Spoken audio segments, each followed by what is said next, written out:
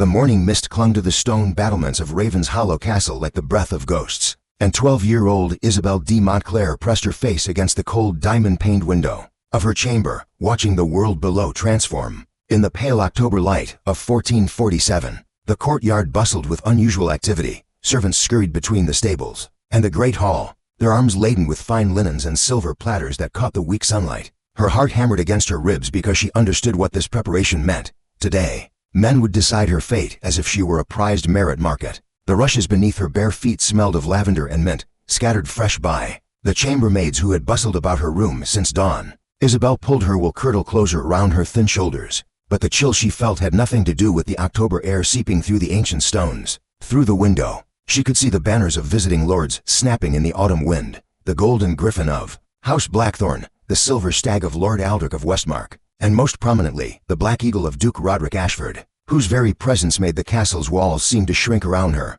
"My lady, you must come away from the window." The voice of her nurse, Dame Margot, carried the weight of 40 years spent serving the noble houses of England. "Your father wishes to see you in the solar before the council convenes." Isabelle turned from the window, her dark hair catching the light like spun silk. At 12, she possessed the ethereal beauty that would make her either blessed or cursed in the world of medieval politics. Her violet eyes, inherited from her mother's Breton bloodline, held an intelligence that unnerved the adults around her. She had learned to read not just Latin and French, but also the subtle language of court politics that governed every aspect of noble life. The solar was her father's private chamber, where the business of the estate was conducted away from the prying eyes of servants and courtiers.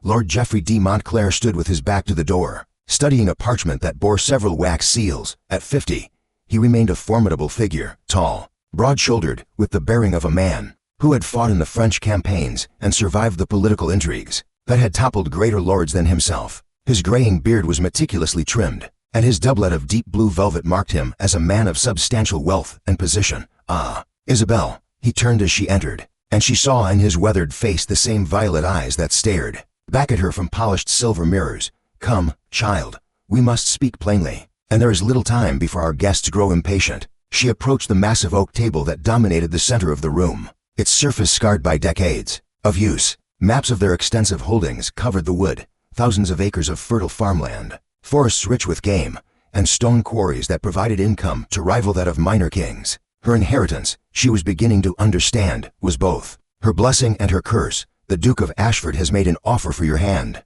her father said without preamble, his voice carrying the weariness of a man who had postponed this conversation as long as possible. "His son, Sir Edmund, is 16 and considered an excellent match. The alliance would strengthen our position considerably, particularly given the instability at court." Isabelle's fingers twisted in the folds of her kirtle. She had seen Sir Edmund Ashford during his visits to Raven's Hollow, a pale, thin boy with nervous hands and a stammer that worsened when adults addressed him directly. He was not cruel, merely weak, which in some ways seemed worse.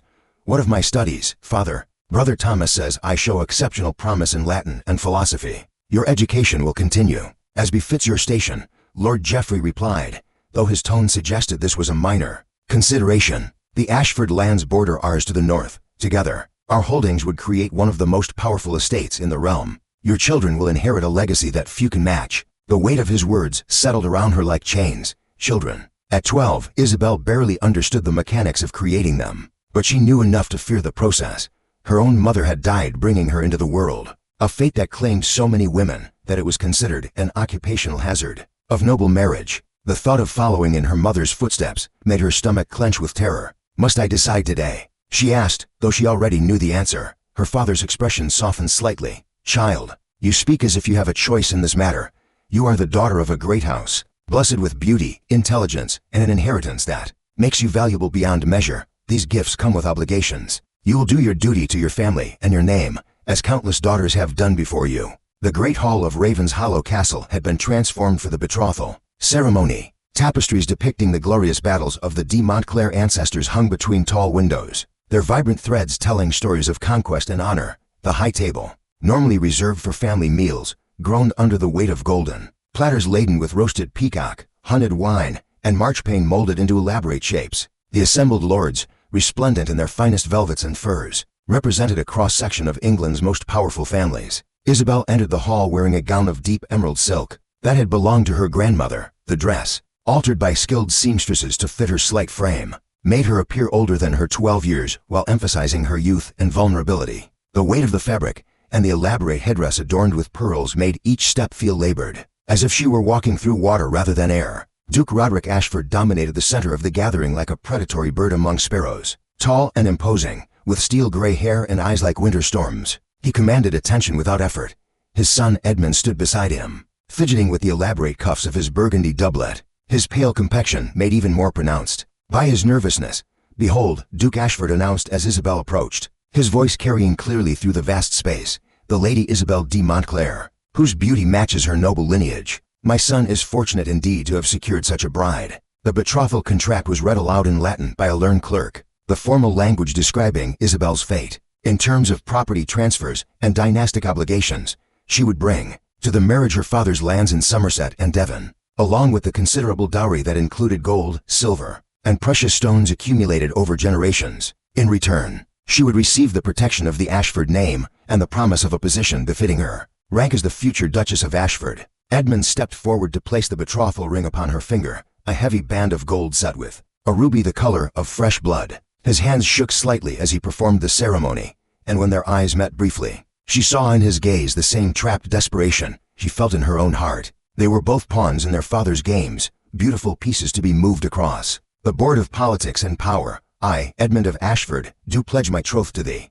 Isabel de Montclair," he recited, his voice cracking slightly on her name. "I shall honor and protect thee as my lawful wife, and cherish the union of our houses." Her own response felt hollow in her mouth. "I, Isabel de Montclair, do accept thy pledge and offer mine own in return. I shall be thy faithful wife and bring honor to thy name." The feast that followed the betrothal ceremony was a display of wealth and power that left visiting lords impressed and envious in equal measure. Course after course emerged from the kitchens: roasted swans stuffed with herbs, wine-poached salmon, venison pasties, and subtleties crafted to resemble castles and heraldic beasts. Musicians played softly in the gallery above, their melodies barely audible over the conversations that swirled around topics of war, politics, and trade. Isabel sat at the high table between her father and her betrothed, picking at her food while the adults around her discussed her future as if she were not present. Duke Ashford spoke with Lord Geoffrey about the management of the combined estates, their conversation revealing the true purpose behind the marriage alliance.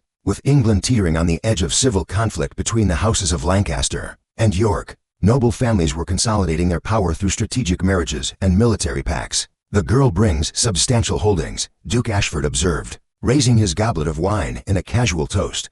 "With proper management, the combined income should support a force of 200 men-at-arms, enough to tip the balance in any regional conflict." Edmund, seated beside Isabel, seemed more interested in his wine than in the political discussions. At 16, he possessed the gangly awkwardness of youth, without the confidence that should have come with his noble birth. When he spoke to her, his words were stilted and formal, as if he were reciting lessons learned from a tutor rather than engaging in genuine conversation. "I trust you find the arrangements satisfactory, my lady?" he asked during a lull in the adult conversation.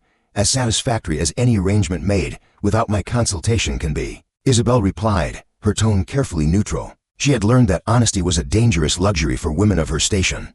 The months following her betrothal passed with the inexorable weight of approaching doom. Isabel's days were filled with preparations for her new role as the future Duchess of Ashford. Lessons in household management, instruction in the complex protocols of court etiquette, and endless fittings for the elaborate gowns that would comprise her wedding trousseau. Her nights were haunted by dreams of her mother's painful death and fears of her own approaching womanhood. Dame Margot attempted to prepare her for the realities of marriage with the same matter-of-fact approach she brought to all aspects of Isabel's education. "Marriage is a duty, my lady, not a pleasure," she explained during one of their private conversations. "Noble women endure it as we endure all hardships, with grace, dignity, and the knowledge that we serve a purpose greater than our own desires." But Isabel's mind, sharpened by years of study and observation, refused to accept such passive resignation. She began spending more time in her father's library, devouring chronicles of queens and noble women who had wielded power in their own right. She read of Eleanor of Aquitaine, who had ruled vast territories and influenced the politics of 2 kingdoms, and of Joan of Arc, who had defied convention to save France from English conquest. These stories planted seeds of possibility in her imagination, even as the reality of her situation seemed to offer no escape. The wedding was set for the spring of 1448, when Isabel would be 13 and considered old enough for the full consummation of marriage. The intervening winter months were filled with a constant stream of visitors. As the details of the ceremony and the subsequent political arrangements were negotiated. Isabel watched these proceedings with growing understanding of the complex web of relationships that govern noble society. Every gesture, every gift, every subtle phrase carried meanings that extended far beyond their surface appearance. During one particularly bitter February evening, as snow swirled around the castle's towers like angry spirits, Isabel received an unexpected visitor. Lady Catherine Beaumont, her father's younger sister, had arrived unannounced with a small retinue and demanded immediate audience with her niece. Catherine was a woman who had defied convention by choosing her own husband and managing her own estates after his early death at 35. She possessed a reputation for both intelligence and independence that made her a formidable figure in court circles. "Child," Catherine said as they sat before the fire in Isabel's chamber, "I come to offer you counsel that your father would not approve of, but which you desperately need to hear." Isabel studied her aunt's face in the firelight. Catherine possessed the same dark beauty that ran in their family line, but her eyes held a hardness born of experience and struggle. She had survived 2 husbands, raised 3 children to adulthood, and maintained control of her estates despite pressure from male relatives, who believed women incapable of such responsibilities. "Marriage," Catherine continued, "is indeed a woman's duty, but it need not be her doom. Intelligence, properly applied, can transform even the most disadvantageous circumstances into opportunities for power and influence. You have been blessed with a quick mind, child. Learn to use it as a weapon and a shield." The wedding ceremony took place on a bright May morning in 1448, when the countryside around Raven's Hollow Castle had burst into full spring glory. The chapel, normally a place of quiet contemplation, had been transformed into a theater of political alliance. Noble guests filled every available space, their silks and velvets creating a rainbow of color against the ancient stone walls. The altar, decorated with white roses and gold cloth, seemed to glow in the morning light that streamed through the stained glass windows. Isabel entered the chapel, wearing her grandmother's wedding gown of ivory silk, altered once again to fit her slender 13-year-old frame. The dress, with its elaborate sleeves and trailing skirt, made her appear ethereal and otherworldly.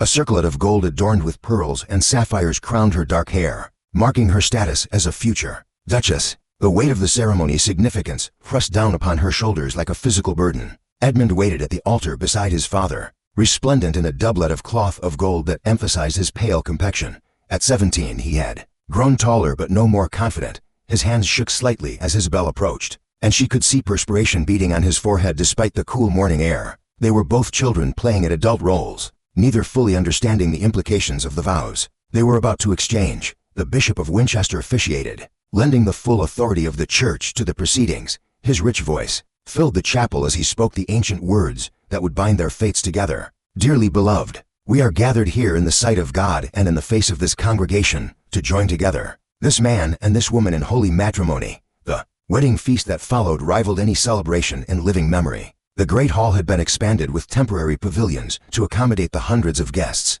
who had traveled from across England to witness the union. Tables groaned under the weight of delicacies, roasted peacocks displayed in their full plumage, pies filled with exotic spices, marchpane sculptures depicting the heraldic beasts of both families, and wine from the finest vineyards of France and the Rhine. Isabel sat beside her new husband at the high table, accepting congratulations from an endless stream of well-wishers while struggling to maintain the serene composure expected of a new bride. The elaborate headdress she wore made her neck ache, and the heavy silk of her gown trapped heat until she felt lightheaded. Edmund spoke little, his attention focused on the wine goblet that servants kept mysteriously full. "A toast, Duke Ashford," announced, rising from his seat and raising his golden goblet, "to the union of our houses and the prosperity that shall flow from this blessed alliance. May the Lady Isabel prove as fertile as she is beautiful, and may her children inherit the best qualities of both noble lines." The assembled guests cheered and drank, their voices echoing off the vaulted ceiling. Isabel smiled and inclined her head gracefully, while internally cringing at the Duke's crude reference to her future childbearing. She was beginning to understand that her primary value lay not in her intelligence or personality, but in her ability to produce male heirs who would carry forward the combined power of the Ashford and de Montclair estates. The wedding night approached, with the inevitability of an execution. Dame Margot and the other ladies prepared Isabel for the bedding ceremony. With the same efficient thoroughness they brought to all courtly rituals, they bathed her in rose-scented water, anointed her skin with precious oils, and dressed her in a gossamer-thin chemise that left little to the imagination.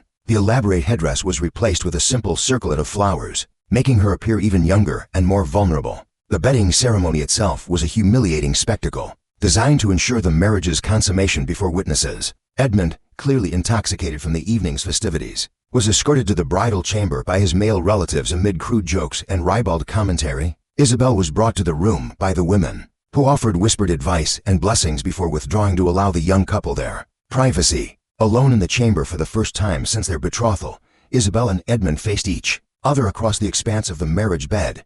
The room, lit by dozens of candles, should have been romantic. Instead, it felt like a stage set for a performance neither of them wanted to give. The bed itself, hung with rich tapestries and scattered with rose petals, seemed to mock their discomfort with its obvious symbolism. That is, we must, Edmund began, then stopped, his face flushing crimson. The law requires, the church demands. I understand, Isabel replied quietly. At 13, she possessed a theoretical knowledge of what was expected, gleaned from whispered conversations and oblique references in the romantic literature. She was allowed to read.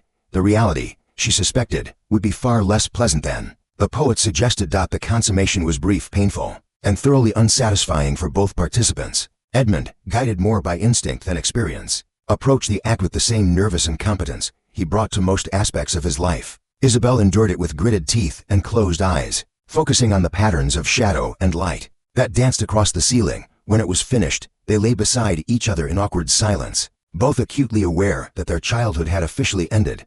The months that followed established the pattern of their married life. Isabel learned to manage the vast Ashford household with the same meticulous attention to detail she had once applied to her studies. She oversaw the preparation of elaborate meals, managed the complex relationships between servants and retainers, and served as hostess to the constant stream of visitors who came seeking Duke Ashford's favor or support. Her intelligence and natural grace made her surprisingly effective in this role, earning grudging respect from even the most traditional members of the household. Edmund, meanwhile, struggled with the responsibilities thrust upon him as heir to one of England's most powerful dukedoms. His father's expectations seemed to weigh upon him like armor that was both too heavy and ill-fitting.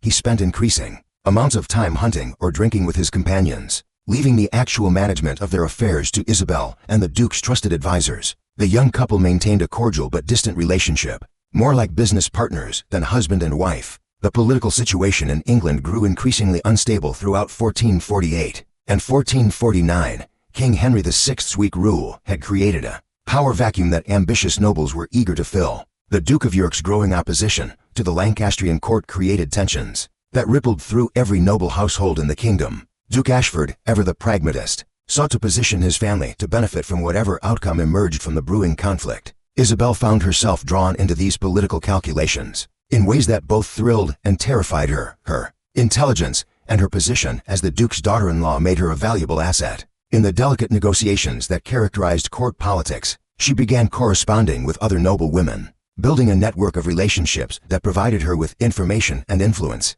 that complemented her husband's more obvious forms of power. Lady Catherine Beaumont proved to be a valuable mentor in these endeavors. During her frequent visits to the Ashford estates, she tutored Isabel in the subtle arts of political manipulation, how to gather information without appearing to pry, how to plant suggestions that would be accepted as original thoughts, and how to build alliances that could be called upon when circumstances demanded. These lessons proved far more valuable than anything Isabel had learned in her formal education. Remember, Catherine advised during one of their private conversations, men believe they hold all the power because they carry swords and inherit titles. But a woman who understands how to use her intelligence can achieve influence that no sword can match. The key is never to let them realize what you are doing until it is too late to stop you. The birth of Isabel's first child in the spring of 1450 marked a turning point in her relationship with the Ashford family. The baby, a son named William, after his grandfather, was greeted with celebration throughout the duchy. Duke Ashford's obvious delight in his grandson translated into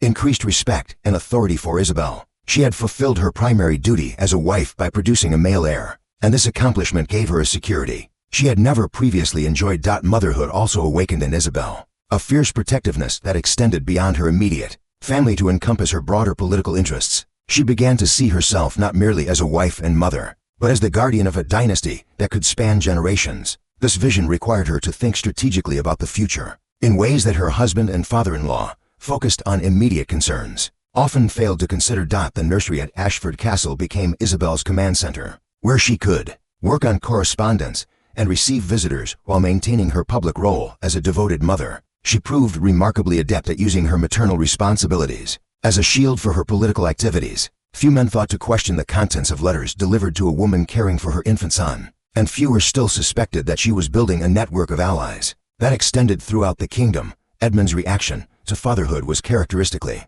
ambivalent. He seemed both proud of his son and intimidated by the responsibilities that parenthood represented. His relationship with Isabel became even more distant as she threw herself into her roles as moth and political strategist. He continued his pursuits of hunting and drinking, leaving increasingly complex decisions to his wife and his father's advisors. The death of Duke Ashford in the winter of 1452 elevated Edmund to the dukedom and made Isabel one of the most powerful women in England. At 18, she possessed wealth, title, and influence that many men twice her age would envy. However, she also inherited the complex web of political obligations and military commitments that came with controlling one of the kingdom's premier noble houses. The Duke's death occurred at a particularly volatile moment in English politics, when the rivalry between York and Lancaster was beginning to manifest in open warfare. Edmund's assumption of his father's titles revealed the full extent of his inadequacy for leadership. The same nervousness and indecision that had marked his youth became potentially catastrophic when applied to decisions involving thousands of retainers and vast military resources. Isabel found herself increasingly responsible for the actual governance of the duchy, while Edmund retreated further into his private pursuits. The first major test of Isabel's leadership came when representatives of both the Yorkist and Lancastrian factions approached the new Duke and Duchess of Ashford, seeking their support. The meetings, held in the Great Hall of Ashford Castle, required all of Isabel's diplomatic skills to navigate. She sat beside Edmund at the high table, ostensibly playing the role of supportive wife while actually guiding the duchy's responses to these crucial overtures. Lord Richard Neville, the Earl of Warwick and a key Yorkist supporter, presented his case with the confidence of a man accustomed to getting his way. "The time has come," he declared, "for all true Englishmen to choose sides in the coming conflict. Those who support the rightful claims of the House of York will be rewarded when order is restored to the realm." Isabel's response to these political pressures revealed the strategic thinking she had developed over years of careful observation and planning. Rather than committing the Ashford forces immediately to either side, she proposed a more nuanced approach that would preserve their options, while gathering intelligence about the likely outcome of the brewing conflict. Her suggestion that they offer conditional support to both factions, while secretly favoring the side that appeared most likely to win, demonstrated a sophisticated understanding of realpolitik that impressed even hardened political veterans. "My lords," she said, speaking carefully to avoid any appearance of overstepping her husband's authority, "the Duke and I believe that England's future stability requires wisdom as much as courage. We propose to gather more information about the true strength of both causes before making commitments that could affect thousands of our people." This temporizing strategy allowed the Ashford forces to avoid the early battles of what would become known as the Wars of the Roses. While gathering valuable intelligence about the capabilities and intentions of both sides, Isabel established a network of informants that provided regular reports on troop movements, political developments, and the shifting loyalties of other noble houses. This information proved invaluable when the duchy finally did choose sides. Edmund's growing reliance on Isabel for political decision-making created an unusual dynamic within the Ashford household. While he retained the formal authority that came with his title, everyone from servants to visiting dignitaries understood that real power lay with the Duchess. She managed this delicate situation with remarkable skill, always deferring to Edmund in public while ensuring that her own preferences ultimately prevailed in private. The Battle of St. Albans in 1455 marked the beginning of open warfare between York and Lancaster, and it also marked Isabel's emergence as one of the most influential political figures in England. Her careful analysis of intelligence reports had led her to conclude that the Yorkist cause offered better prospects for long-term success. Despite the initial advantages enjoyed by the Lancastrian forces, this assessment proved prescient. When the Duke of York's forces decisively defeated the royal army, Isabel's contribution to the Yorkist victory extended beyond simple military support. She had used her network of contacts to coordinate the defection of several minor lords at crucial moments, tipping the balance in key engagements. Her ability to maintain correspondence with noble women whose husbands supported different factions provided the Yorkists with intelligence that proved decisive in planning their campaigns. The aftermath of St. Albans transformed the political landscape of England and elevated the Duchess of Ashford to a position of unprecedented influence. Edward, the son of the Duke of York and the future Edward IV, personally acknowledged her contributions to his cause during a ceremony at Westminster Palace. At 21, Isabel found herself seated at the high table during royal banquets, consulted on matters of state policy, and treated as an equal by men who had once dismissed her as a pretty ornament. To her husband's status, Edmund's reaction to his wife's growing prominence was characteristically complex. He seemed simultaneously proud of her achievements and resentful of the attention they brought her. His own role in the Yorkist victory had been minimal, consisting mainly of following his wife's strategic guidance and leading troops that she had helped to organize and supply. The contrast between Isabel's obvious competence and his own limitations became a source of tension that strained their already distant marriage.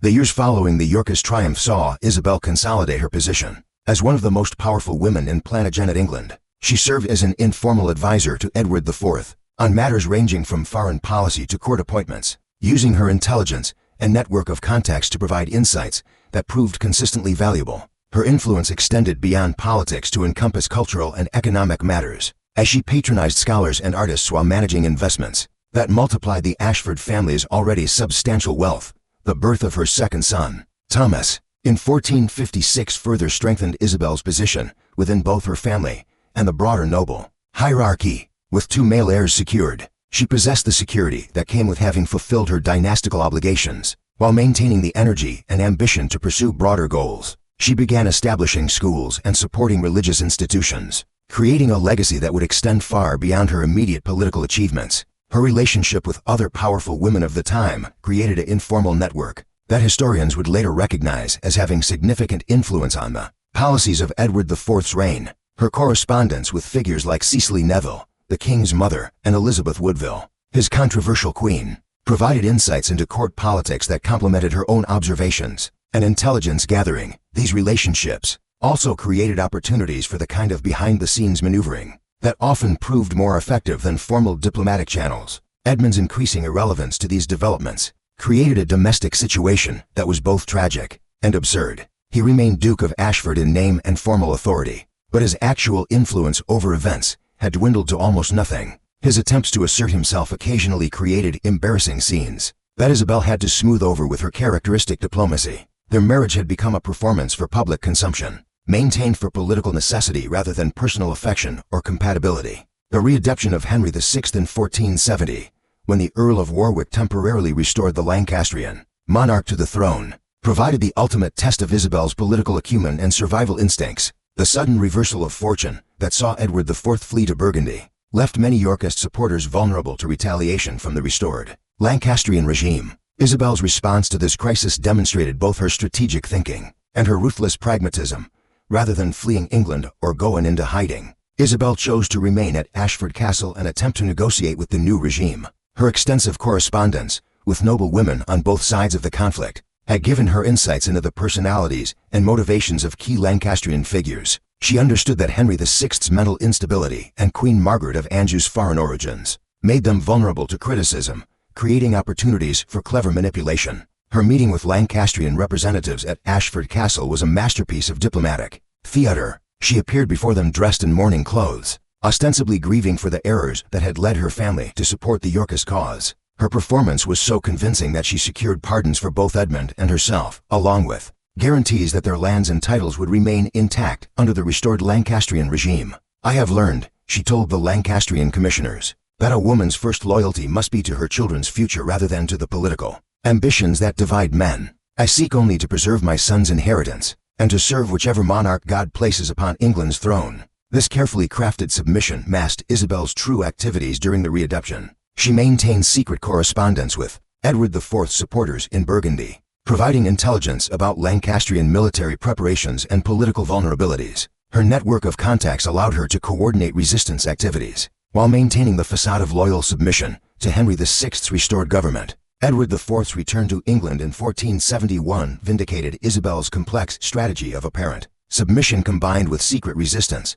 The Yorkist restoration was swift and decisive, culminating in the battles of Barnet and Tewkesbury that destroyed Lancastrian hopes permanently. Isabel's intelligence network had provided crucial information about Lancastrian troop dispositions and political divisions, contributing significantly to Edward's rapid victory. The grateful king's recognition of Isabel's contributions took the form of unprecedented honors and responsibilities. She was granted lands in her own right, independent of her husband's holdings, making her one of the few women in England to possess autonomous wealth and authority. She was also appointed to serve on the Royal Council, advising the king on matters ranging from foreign policy to domestic administration. At 27, She had achieved a level of political power that would have been unimaginable for a woman of previous generations. Edmund's reaction to his wife's extraordinary elevation was predictably conflicted. The honors she received reflected well on the Ashford family name, but they also emphasized his own irrelevance in ways that wounded his already fragile pride. He began drinking more heavily and spending longer periods away from court, ostensibly hunting or managing distant estates, but actually avoiding the constant reminders of his wife's superior capabilities. The transformation in their relationship became apparent during formal court ceremonies, where once Isabel had deferred to Edmund's lead. Now he often seemed to follow her guidance, even in public settings. Observant courtiers noted how the Duke would glance at his wife before responding to questions, seeking her subtle approval or direction. This reversal of traditional gender roles created gossip and speculation that threatened to undermine both their positions. The death of Edmund in 1478, officially attributed to a hunting accident, but widely suspected to involve excessive drinking, freed Isabel from the constraints of a marriage that had become increasingly burdensome. At 34, she found herself in the unprecedented position of being a duchess in her own right, controlling vast estates without the legal oversight of a husband or male guardian. This independence came at a crucial moment in English history, as Edward IV's reign was entering its final phase, and questions of succession were becoming paramount. Isabel's response to widowhood defied conventional expectations in every possible way. Rather than retiring to a nunnery or seeking immediate remarriage, she threw herself into political activities with renewed energy. She expanded her network of correspondence, increased her investments in trade and manufacturing, and began positioning herself as an elder stateswoman whose counsel was sought by nobles throughout the kingdom. Her dual identity as grieving widow and powerful political figure allowed her to operate with unprecedented freedom. The royal court's acceptance of Isabel's new status reflected both her personal achievements and the changing nature of noble society under Edward IV. The king himself had married for love rather than pure political advantage, breaking with centuries of tradition and creating precedents that other nobles could follow. Isabel's situation, while still unusual, was no longer completely unthinkable in a court that had already adjusted to several departures from traditional practices. Her sons, now aged 28 and 22 respectively, had grown into capable adults who supported their mother's unconventional position. William, the elder, had inherited his grandfather's military talents and served with distinction in Edward IV's campaigns. Thomas, more scholarly by nature, had developed expertise in legal and financial matters that complemented his mother's political skills. Together, the three formed a formidable team that commanded respect throughout the kingdom. The crisis that followed Edward IV's unexpected death in 1483 provided Isabel with her greatest opportunity to shape English history. The disputed succession between Edward's young sons and his brother Richard created a power vacuum that ambitious nobles rushed to fill. Isabel's response to this crisis demonstrated both her political maturity and her willingness to take extraordinary risks when she believed the stakes justified them. Richard III's usurpation of the throne and the mysterious disappearance of Edward IV's sons created a situation that demanded careful navigation. Many nobles who had supported Edward IV found themselves caught between loyalty to his memory and practical acceptance of Richard's fait accompli. Isabel chose a third path, quietly supporting Henry Tudor's distant claim to the throne while maintaining superficial loyalty to Richard's regime. Her decision to back Henry Tudor represented one of the most calculated risks of her career. Tudor's claim to the throne was tenuous at best, based on his descent from John of Gaunt through the legitimized, but still questionable Beaufort line. However, Isabel's analysis of the political situation suggested that Richard III's regime was fundamentally unstable, dependent on force rather than genuine loyalty, and vulnerable to a well-organized challenge from a figure who could unite the opposition. The correspondence between Isabel and Henry Tudor's mother, Margaret Beaufort, created one of the most significant conspiracies in English history. The two women, both widowed, both politically experienced, and both determined to shape their country's future, coordinated a campaign of propaganda and recruitment that gradually built support for Tudor's cause. Throughout England and Wales, the realm requires healing, Isabel wrote in one of her coded letters to Margaret Beaufort, and healing requires a king who can unite rather than divide the noble families of England. Your son represents hope for such unity, while our present monarch rules through fear alone. The months leading up to the Battle of Bosworth Field in 1485 saw Isabel operating at the height of her political powers. She used her extensive network of contacts to coordinate defections from Richard III's cause, provided financial support for Henry Tudor's invasion preparations, and helped establish the intelligence network that kept Tudor informed about Richard's military movements and political vulnerabilities. Her most crucial contribution may have been her success in persuading Thomas Stanley one of England's most powerful lords, to withhold his support from Richard III at the decisive moment. Stanley's forces, held in reserve during the early phases of the battle, ultimately intervened on Henry Tudor's side, ensuring his victory and transformation into King Henry VII. Isabel's role in securing this crucial alliance demonstrated her mastery of the personal relationships that often determine the outcome of medieval political conflicts. The aftermath of Bosworth Field vindicated Isabel's long-term strategy and established her as one of the most influential figures in the new Tudor regime. Henry VII, grateful for her support and impressed by her capabilities, granted her unprecedented authority and honors. She was appointed to his royal council, given control of additional estates, and consulted on matters ranging from foreign policy to domestic administration. At 41, Isabel had achieved a level of power and influence that surpassed even her own ambitious dreams. She controlled vast wealth, commanded respect from the most powerful men in the kingdom, and enjoyed the trust of a king who valued her counsel above that of many male advisors. Her transformation from a powerless child bride to one of England's most formidable political figures represented both personal triumph and historical significance. The final years of Isabel's life, from 1485 until her death in 1501, were marked by the consolidation of Tudor rule and her own emergence as an elder stateswoman whose influence extended throughout European politics. She served as Henry VII's unofficial ambassador to various European courts, using her intelligence and diplomatic skills to secure alliances that strengthened England's position in the complex web of continental politics. Her patronage of learning and the arts during this period created a lasting cultural legacy that complemented her political achievements. She established schools, supported scholars, and commissioned works of art that reflected both her personal tastes and her desire to promote English culture. Her court at Ashford Castle became a center of learning and refinement that attracted intellectuals and artists from throughout Europe. The question of remarriage never seriously rose during Isabel's later years. At an age when most widows would have long since retired from active life, she remained too busy with political and cultural activities to contemplate domestic arrangements that might limit her freedom. Her sons had married and produced heirs, ensuring the continuation of the family line, without requiring her personal involvement in dynastic planning. Her relationship with Henry VII evolved from political alliance to genuine friendship,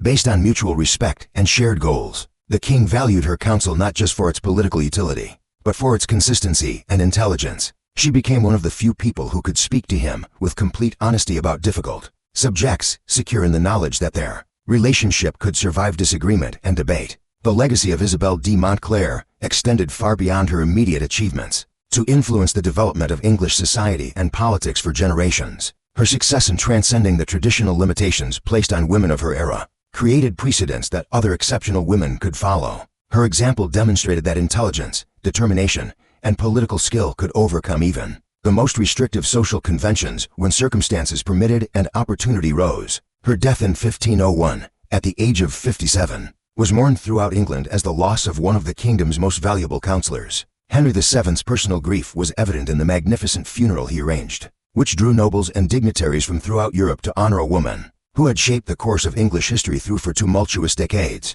The tomb that houses Isabel's remains in Westminster Abbey bears an inscription that captures both her achievements and the extraordinary nature of her life. Here lies Isabel de Montclair, Duchess of Ashford, counselor to kings, patron of learning, and guardian of England's realm. Though born to obedience, she chose to lead. Though raised to silence, she found her voice. Though wed as a child, she died as a queen of her own making. The story of the girl who stood trembling in Ravenshollow Castle at age 12, watching men decide her fate, had become the story of a woman who helped decide the fate of kingdoms. She had learned to transform the very constraints that bound her into the tools of her liberation, turning marriage into alliance, motherhood into dynasty, and intelligence into power. In an age when women were expected to be ornaments to their husband's authority, she had forged her own crown from the gold of her determination and worn it with the dignity of a born ruler. Her life remained a testament to the truth that exceptional individuals could transcend even the most limiting circumstances through courage, intelligence, and an unwavering commitment to their own vision of what was possible.